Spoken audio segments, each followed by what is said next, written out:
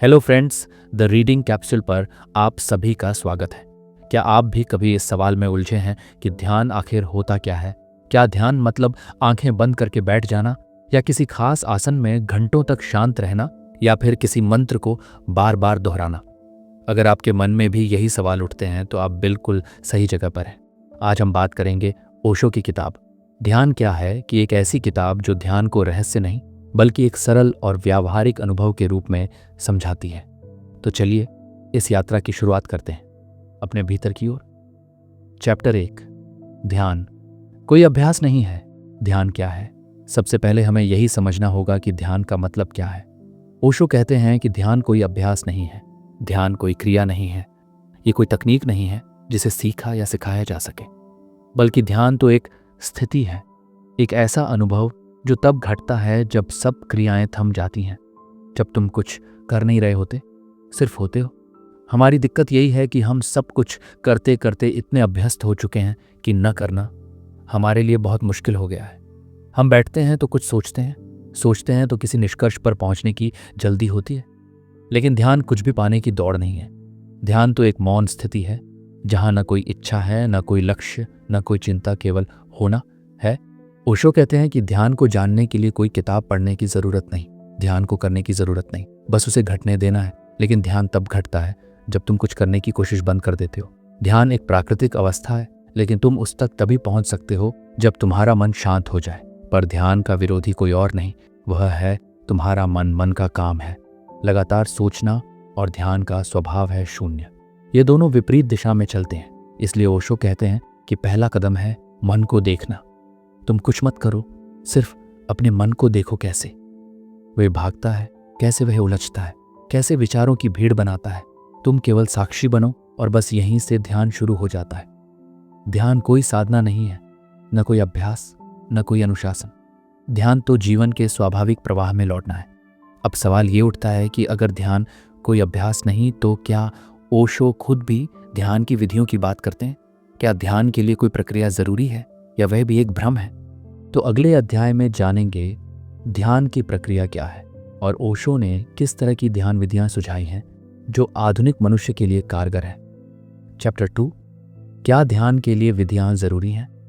पिछले अध्याय में हमने समझा कि ध्यान कोई अभ्यास नहीं है, कोई तकनीक नहीं, ये केवल एक अवस्था है, एक ऐसा मौन अनुभव जहां केवल जागरूकता रह जाती है। पर अब सवाल उठता है, अगर ध्यान कोई अभ्यास नहीं तो फिर ओशो ने डायनेमिक मेडिटेशन, कुंडलिनी, नाद ब्रह्म जैसी विधियां क्यों दी? इस अध्याय में ओशो यही स्पष्ट करते हैं। ओशो कहते हैं ध्यान अपने आप घटता है, लेकिन हमारी दशा ऐसी नहीं है कि वह अपने आप घट सके। हमारा मन बिखरा हुआ है, हमारा शरीर संचित तनावों से भरा हुआ है, हमारी भावनाएं दमित हैं, हमारी ऊर्जा जमी हुई है। इसलिए जब हम चुप बैठते हैं तो भीतर का शोर और ज्यादा सुनाई देने लगता है। ध्यान के लिए पहले हमें अपने भीतर की गंदगी साफ करनी होती है, ठीक वैसे ही जैसे एक गंदे कमरे की सफाई के बिना वहां सन्नाटा नहीं आ सकता। इसीलिए ओशो ध्यान की कई विधियां सुझाते हैं। वे कहते हैं पहले हमें कैथारसिस यानी भावनिक शुद्धि की जरूरत होती है। डायनेमिक मेडिटेशन, इसका पहला चरण तेज सांस लेना है। फिर दूसरे चरण में बिना रोक टोक के चीखना, चिल्लाना, रोना, हंसना, जो भी भीतर दबा है उसे बाहर लाना है। तीसरे चरण में कूदना, फेंकना, ऊर्जा को जोर से बाहर निकालना और फिर एकदम रुक जाना। चौथे चरण में पूरी तरह शांत रह जाना। अब जो बचता है वही ध्यान की पहली झलक है, कुंडलिनी ध्यान। ओशो कहते हैं कि जो लोग दिन भर ऑफिस या मशीनों में जकड़े रहते हैं, उनके शरीर में इतनी कुंठा और थकावट भर जाती है कि उन्हें पहले शरीर को झकझोरना पड़ता है। इस ध्यान में पहले शरीर को हिलने देना है, झूमना है, फिर संगीत के साथ बहना है और अंत में पूरी शांति में उतर जाना है। नाद ब्रह्म ध्यान, यह ध्वनि पर आधारित विधि है जिसमें हम ब्रह्म की ध्वनि, ओम जैसी ध्वनि का आंतरिक कंपन करते हैं। धीरे धीरे वह कंपन हमें भीतर तक शांत करता है। इन सभी विधियों का उद्देश्य केवल एक है, तैयारी। मूल ध्यान तो तब घटता है जब तुम सब प्रयास छोड़ देते हो, जब तुम केवल मौन में होते हो और कुछ भी करने की आकांक्षा नहीं बचती। ओशो बार बार कहते हैं ध्यान तुम्हारे करने से नहीं घटता, वह तुम्हारे ना करने से घटता है। पर ध्यान में आने से पहले तुम्हें वह करना होगा जो भीतर का बोझ उतार सके। ध्यान कोई सीढ़ी नहीं, पर ध्यान की ओर जाने के लिए कुछ सीढ़ियां बनानी पड़ती हैं। वही हैं ये विधियां। अगर ध्यान इतना मौलिक अनुभव है तो क्या हम उसे किसी और से सीख सकते हैं? क्या ध्यान को समझने के लिए गुरु की जरूरत है, या ध्यान पूरी तरह अकेले में पाया जा सकता है? अगले अध्याय में जानेंगे क्या ध्यान के मार्ग पर गुरु जरूरी है, और अगर हाँ तो गुरु का सही अर्थ क्या है? कहीं गुरु भी एक और बंधन तो नहीं? चैप्टर 3, क्या ध्यान के लिए गुरु जरूरी है? ध्यान एक आंतरिक यात्रा है। ये कोई विचार नहीं, कोई सिद्धांत नहीं, ये तो अनुभव है जिसे शब्दों में नहीं बांधा जा सकता। तो सवाल उठता है, क्या ऐसी यात्रा में किसी और का सहारा लिया जा सकता है? क्या ध्यान की राह पर गुरु जरूरी है? ओशो का उत्तर है हाँ भी और नहीं भी। अगर आप सचमुच खोजी हैं तो आपको किसी गुरु की आवश्यकता नहीं, पर अगर आप भ्रम में हैं, उलझे हैं, अंधेरे में हैं, तो एक प्रकाश की जरूरत होती है। गुरु वही प्रकाश है। गुरु कोई व्यक्ति नहीं होता, गुरु एक उपस्थिति होती है।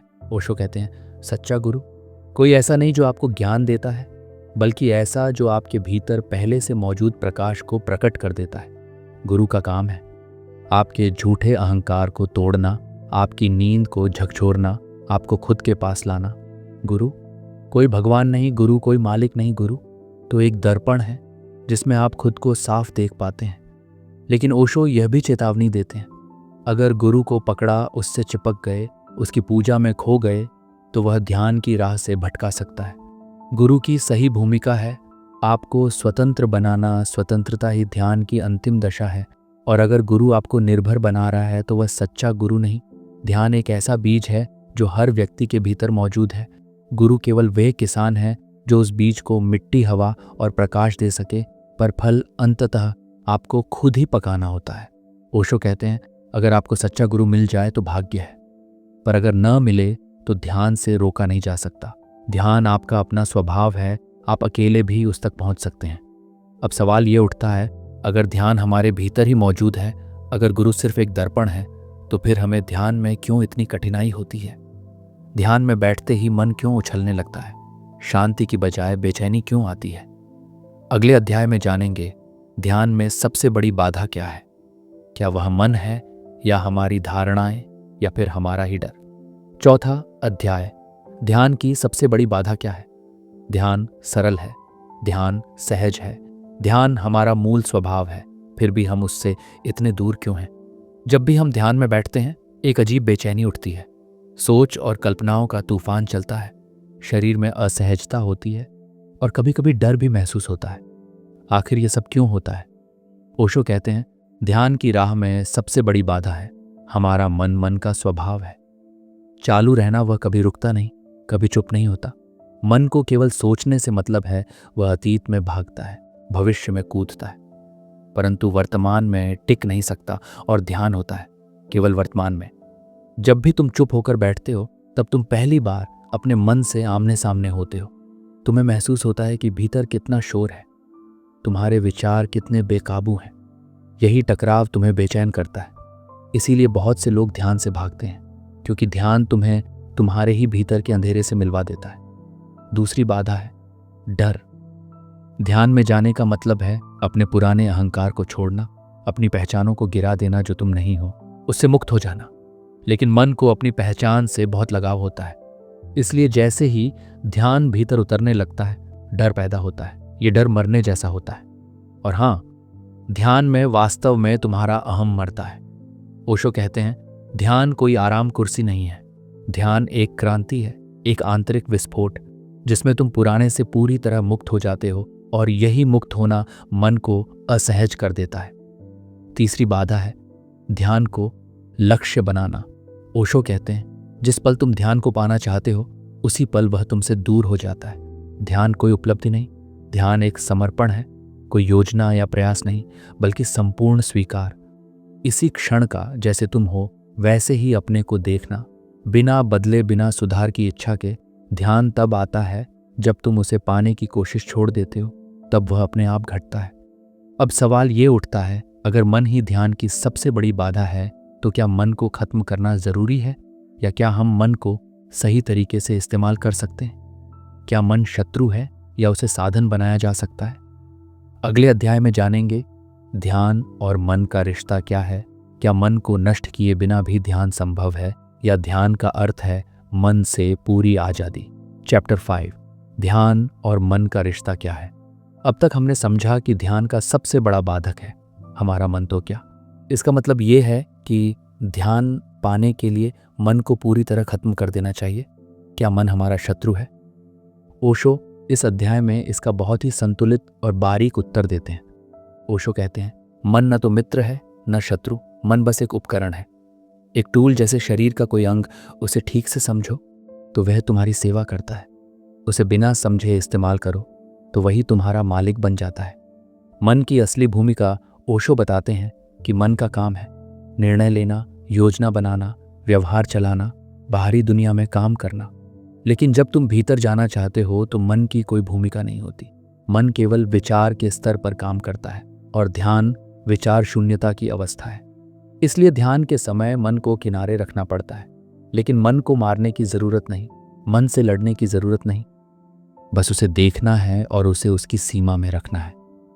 साक्षी भाव, ब्रिज ध्यान और मन के बीच ओशो कहते हैं, अगर तुम अपने मन को बाहर से देख सको, साक्षी बन सको, तो धीरे धीरे उसकी पकड़ कमजोर होने लगती है।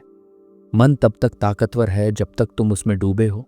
जैसे ही तुम अलग हो जाते हो, देखने वाले बन जाते हो, मन एक धुएं की तरह छंटने लगता है और जो शुद्ध आकाश बचता है वही ध्यान है। मन को बदलने की नहीं, पार करने की जरूरत है। बहुत लोग सोचते हैं कि ध्यान में जाने के लिए पहले अच्छे विचार लाने होंगे या मन को सकारात्मक बनाना होगा। ओशो साफ कहते हैं, नकारात्मक या सकारात्मक दोनों ही विचार हैं।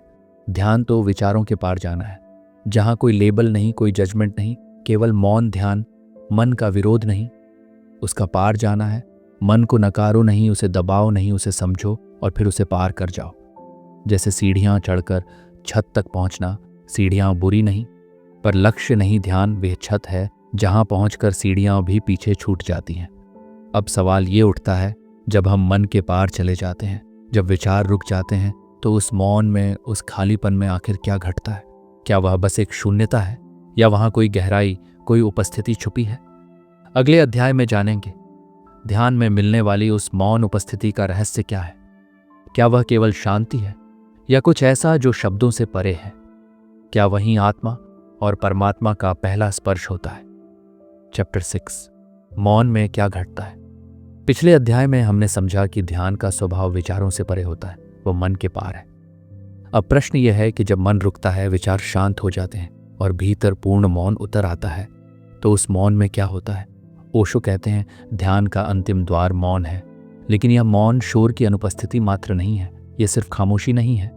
यह मौन एक जीवंत उपस्थिति है, एक गहरा अनुभव जहां पहली बार तुम खुद से मिलते हो। वास्तविक स्व से यह मौन एक ऊर्जा है जिसमें न कोई हलचल है, न कोई सीमा। इस मौन में न तो कोई शब्द होता है, न कोई विचार, लेकिन फिर भी यह खाली नहीं होता, बल्कि यह इतना पूर्ण होता है कि शब्द वहां बेमानी हो जाते हैं। ओशो कहते हैं, जब तुम ध्यान में पूरी तरह मौन हो जाते हो, तब भीतर कुछ ऐसा प्रकट होता है जो सदा से था, लेकिन तुमने कभी देखा नहीं। तुम्हारा अस्तित्व, तुम्हारी आत्मा या कहो परमात्मा की पहली झलक। ये मौन अकेलापन नहीं है, ये मौन एक गहन मिलन है स्वयं से और पूरे अस्तित्व से। इसमें न कोई सीमा रहती है, न कोई नाम। तुम ब्रह्मांड का हिस्सा नहीं, बल्कि स्वयं ब्रह्मांड अनुभव करते हो। ध्यान में यही मौन धीरे धीरे प्रेम में बदलता है, वही मौन करुणा बनता है, वही मौन रचना बनता है और इसी मौन से अंततः जागृति जन्म लेती है। ओशो बार बार चेताते हैं, ध्यान कोई अनुभव पाने का तरीका नहीं, बल्कि यह सब अनुभवों के पार जाना है। और जब तुम सारे अनुभवों को छोड़ देते हो, तब एक ऐसा अनुभव आता है जो कभी समाप्त नहीं होता, जो तुम्हारा नहीं है, लेकिन जिसमें तुम स्वयं समाप्त हो जाते हो। अब सवाल ये उठता है, अगर ध्यान में मिलने वाला मौन इतना दिव्य है, तो फिर ध्यान के बाद जब हम रोजमर्रा की दुनिया में लौटते हैं, तो उस मौन को कैसे संजो कर रखा जाए? क्या ध्यान केवल एक साधना है या क्या उसे जीवन में जिया भी जा सकता है? अगले अध्याय में जानेंगे ध्यान को जीवन में कैसे उतारें। क्या ध्यान केवल आंखें बंद करने तक सीमित है या क्या हम चलते हुए, बोलते हुए, खाते हुए भी ध्यान में रह सकते हैं? चैप्टर 7, क्या ध्यान को जीवन में जिया जा सकता है? अब तक हम ध्यान को एक आंतरिक अनुभव के रूप में समझते आए हैं, पर क्या ध्यान केवल तभी संभव है जब हम शांत जगह पर बैठें, आंखें बंद करें, दुनिया से कट जाएं? ओशो साफ कहते हैं, नहीं, ध्यान कोई सीमित समय की तकनीक नहीं, ध्यान एक स्थिति है, एक जीने का ढंग है। ओशो कहते हैं, अगर ध्यान केवल बैठने तक सीमित है तो वह अधूरा है। ध्यान को अपने जीवन की हर गतिविधि में ले आओ। चलते हुए, खाते हुए, बोलते हुए, काम करते हुए, सोते हुए भी ध्यान का अर्थ है जागरूकता। हर क्षण में उपस्थित रहना, हर कर्म को पूरी सजगता से करना, जैसे वही अंतिम क्रिया हो। ध्यान कोई विशेष अवस्था नहीं बल्कि वर्तमान में जीने की सच्ची कला है। ओशो उदाहरण देते हैं, जब तुम खाना खा रहे हो तो सिर्फ खाना खाओ, सोचो मत, फोन मत देखो, भविष्य की चिंता मत करो, उस एक पल को पूरी तरह जियो। यही ध्यान है। जब तुम बोल रहे हो तो अपने शब्दों को भी सुनो, जब तुम सुन रहे हो तो पूरी तरह ग्रहणशील बनो, जब तुम चल रहे हो तो अपने कदमों को महसूस करो, पैरों की धरती से मुलाकात को जानो। यही ध्यान की शुरुआत है। ओशो कहते हैं, जीवन का हर कार्य अगर पूरी जागरूकता से किया जाए तो वही कार्य ध्यान बन जाता है। ध्यान को जीवन से अलग मत करो, बल्कि जीवन को ही ध्यान में ढाल दो, और ऐसा करने पर तुम्हारा पूरा जीवन एक मंदिर बन जाता है, एक निरंतर साधना जहां तुम हर क्षण एकाग्र हो, स्थिर हो और भीतर गहराता चला जाता है, मौन। अब सवाल ये उठता है, अगर ध्यान को हर क्षण में जिया जा सकता है तो क्या यह सबके लिए संभव है?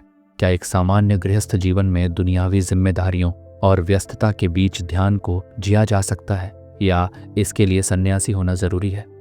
अगले अध्याय में जानेंगे, क्या ध्यान केवल सन्यासियों के लिए है, या क्या एक साधारण इंसान भी ध्यान से पूर्ण जीवन जी सकता है?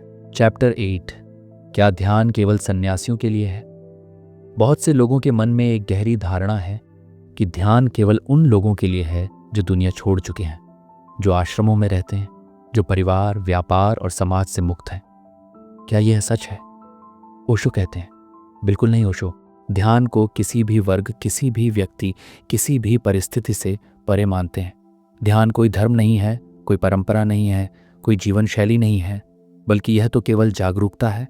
और जागरूक रहने के लिए न तो संन्यास लेना जरूरी है और न ही संसार से भागना। ओशो कहते हैं, तुम सन्यासी हो या गृहस्थ, ये बात ध्यान के लिए अप्रासंगिक है। मूल प्रश्न ये है कि क्या तुम जागरूक हो? क्या तुम अपने भीतर उतर पा रहे हो? क्या तुम जीवन को होश से जी रहे हो? अगर तुम बाजार में खड़े होकर भी शांत हो सकते हो, भीड़ में होकर भी भीतर से मौन रह सकते हो, तो तुम ध्यान में हो। और अगर तुम जंगल में अकेले होकर भी विचारों में डूबे हो, चिंताओं से घिरे हो, तो वह सन्यास कुछ नहीं। ओशो ध्यान को भीतर की क्रांति कहते हैं, जो बाहर की जीवन स्थितियों से स्वतंत्र होती है। वे यह भी समझाते हैं कि ध्यान को केवल समय निकाल कर करने की चीज मत मानो, बल्कि जीवन के हर पल में, हर गतिविधि में ध्यान को पिघलाओ। तुम्हें नौकरी करनी है, परिवार चलाना है, बच्चों की देखभाल करनी है, कोई समस्या नहीं। सिर्फ इतना करो कि जो कुछ भी कर रहे हो उसमें पूरी तरह उपस्थित रहो, न कि मन कहीं और हो और शरीर कहीं और। यही ध्यान है और यही असली सन्यास है। ओशो इसे भीतर का सन्यास कहते हैं, जहां त्याग नहीं बल्कि अंतर्मुखता होती है। अब सवाल ये उठता है, अगर ध्यान सबके लिए संभव है, हर क्षण में संभव है, तो फिर लोग इसे नियमित रूप से क्यों नहीं कर पाते? क्यों लोग आरंभ करके भी जल्दी टूट जाते हैं? क्या ध्यान को टिकाऊ कैसे बनाया जाए? क्या कोई ऐसी विधि है जो ध्यान को रोजमर्रा के जीवन का हिस्सा बना सके? अगले अध्याय में जानेंगे, ध्यान को निरंतर अभ्यास में कैसे बदला जाए, कैसे ध्यान को एक आदत नहीं बल्कि स्वभाव बनाया जाए। चैप्टर 9, ध्यान को सतत अभ्यास में कैसे बदला जाए। कई बार लोग ध्यान को शुरू तो करते हैं, पर कुछ दिन या कुछ हफ्तों बाद छोड़ देते हैं। या तो ऊब आ जाती है, या कोई परिणाम नजर नहीं आता, या फिर जीवन की व्यस्तताएं आकर ध्यान की जगह ले लेती हैं। ओशो इस अध्याय में इसी प्रश्न का गहन उत्तर देते हैं। वे कहते हैं, ध्यान को एक नियम मत बनाओ, ध्यान को कोई डिसिप्लिन मत बनाओ, बल्कि ध्यान को एक खेल बना दो। एक प्रयोग जैसे बच्चा खेलता है, वैसे ही ध्यान से खेलो तो वह बोझ नहीं बनता, बल्कि धीरे धीरे तुम्हारा स्वभाव बनता है। ओशो की नज़र में ध्यान एक सहजता है, जैसे सांस लेना, जैसे चलना, जैसे देखना। ध्यान को भी ऐसी ही एक नेचुरल प्रक्रिया बना दो। वे कुछ सुझाव देते हैं। 1, छोटे छोटे ध्यान के पल बनाओ। पूरे 1 घंटे का समय निकालना जरूरी नहीं। दिन में 5 मिनट भी पूरी सजगता से बैठो, या 2 मिनट मौन रहो, या एक सांस को पूरा होते हुए देखो। यही धीरे धीरे बड़ा ध्यान बनता है। तो ध्यान को रोजमर्रा की गतिविधियों में मिला दो, जैसे हाथ धोते हुए, खाना बनाते हुए, चाय पीते हुए, चलते हुए। हर सामान्य कार्य में थोड़ा सा होश जोड़ दो। 3, ध्यान को लक्ष्य मत बनाओ। जब तुम ध्यान से कुछ पाना चाहते हो तो वह तनाव बन जाता है। लेकिन जब तुम ध्यान को केवल जीते हो, अनुभव करते हो, तब वह सहज होने लगता है। 4, ध्यान के प्रति प्रेम जगाओ नियम या डर से किया गया। ध्यान कभी गहरा नहीं हो सकता, लेकिन अगर तुम्हें ध्यान से प्रेम हो जाए तो वह खुद बुलाता है। वह आदत नहीं बनता, वह प्यास बन जाता है। ओशो कहते हैं, ध्यान को बनाए रखने का सबसे सुंदर तरीका है, इसे जबरदस्ती मत थोपो, बल्कि इसकी सुगंध अपने जीवन में फैलने दो। एक दिन ऐसा आएगा जब तुम ध्यान नहीं करोगे, बल्कि ध्यान तुम्हें करने लगेगा। फिर वह तुम्हारी सांसों, तुम्हारी चाल, तुम्हारे मौन, हर चीज में उतर जाएगा। अब प्रश्न ये उठता है, अगर ध्यान इतना सहज और प्राकृतिक है तो क्या इसका कोई अंतिम लक्ष्य भी है? क्या ध्यान कहीं पहुंचाता है, या वह खुद ही मंजिल है? और यदि कोई मंजिल है तो वह क्या है? अगले अध्याय में जानेंगे।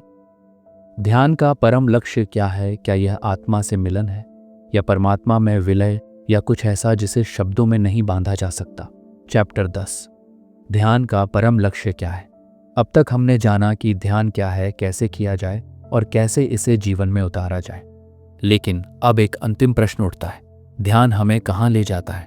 क्या इसका कोई अंतिम लक्ष्य होता है? ओशो कहते हैं, ध्यान का कोई लक्ष्य नहीं होता, पर फिर भी ध्यान तुम्हें उस जगह पहुंचा देता है जहां तुम पहली बार स्वयं से मिलते हो।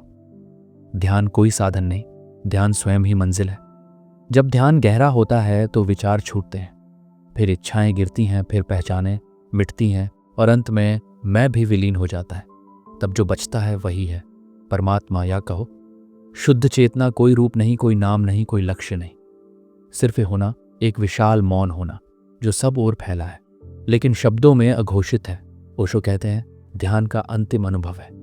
विलय जैसे पानी समुद्र में गिरकर अपनी पहचान खो देता है, वैसे ही तुम अस्तित्व में समा जाते हो। तुम नहीं रहते, केवल शुद्ध होना रह जाता है। यह अनुभव न तो कल्पना है, न दर्शन, ये कोई सिद्धांत नहीं, ये केवल वही जान सकता है जो स्वयं भीतर उतर गया हो और जिसे ध्यान ने निगल लिया हो। ध्यान वह स्थिति है जहां न तुम कुछ करते हो, न तुम कुछ सोचते हो, न कुछ पाने की चाह होती है। केवल मौन की गहराई में तुम लुप्त हो जाते हो, और वहीं परम शांति, परम आनंद और परम सत्य की झलक मिलती है। ध्यान का यही परम फल है, स्वयं से मुक्ति, मैं से मुक्ति, और उसी क्षण तुम जो वास्तव में हो वह प्रकट हो जाता है। अब यहाँ एक अत्यंत गहरा और रहस्यमय प्रश्न उठता है, अगर ध्यान हमें हमारे सुई से मुक्त करता है तो फिर ध्यान के बाद बचता कौन है? अगर मैं ही नहीं रहा तो फिर कौन देखता है, कौन जानता है, कौन अनुभव करता है? क्या उस स्थिति में भी कोई साक्षी बचा रह जाता है, या ध्यान हमें उस जगह पहुंचा देता है जहां देखने वाला भी नहीं देखा, जाने वाला भी नहीं, बस केवल अस्तित्व ही अस्तित्व रह जाता है? तो दोस्तों, ओशो की पुस्तक ध्यान क्या है हमें सिर्फ ध्यान की तकनीक नहीं देती, बल्कि हमें जीने की एक नई दिशा देती है। ये किताब हमें सिखाती है कि ध्यान कोई साधना नहीं, बल्कि हर क्षण को पूरी होशपूर्वक जीना है। ध्यान कोई क्रिया नहीं, एक स्थिति है, एक ऐसा मौन जहां विचार रुक जाते हैं और केवल तुम बचते हो, तुम्हारी शुद्ध चेतना। अगर आप इस पूरी श्रृंखला को अब तक सुनते आए हैं तो यकीन मानिए, आपने सिर्फ एक किताब नहीं समझी, बल्कि ओशो के शब्दों के माध्यम से अपने भीतर एक झरोखा खोला है। लेकिन असली बात यह है कि अब इस ज्ञान को सुनने से आगे अपने जीवन में उतारना है। अब निर्णय आपका है, क्या आप ध्यान को सिर्फ एक विचार की तरह याद रखेंगे या इसे अनुभव की तरह जिएंगे। अगर आपको यह वीडियो पसंद आया तो इसे लाइक ज़रूर करें, कमेंट करके बताएं कि आपने ध्यान के बारे में क्या नया सीखा। और अगर आप चाहते हैं कि हम ओशो की किसी और पुस्तक पर अगली श्रृंखला बनाएं तो नीचे टाइटल बताएं। द रीडिंग कैप्सूल को सब्सक्राइब करें, क्योंकि हम लाते हैं किताबों से निकले वो मोती जो आपकी सोच को भीतर से बदल सकते हैं। मिलते हैं अगले एपिसोड में एक नई किताब या एक नई दृष्टि के साथ।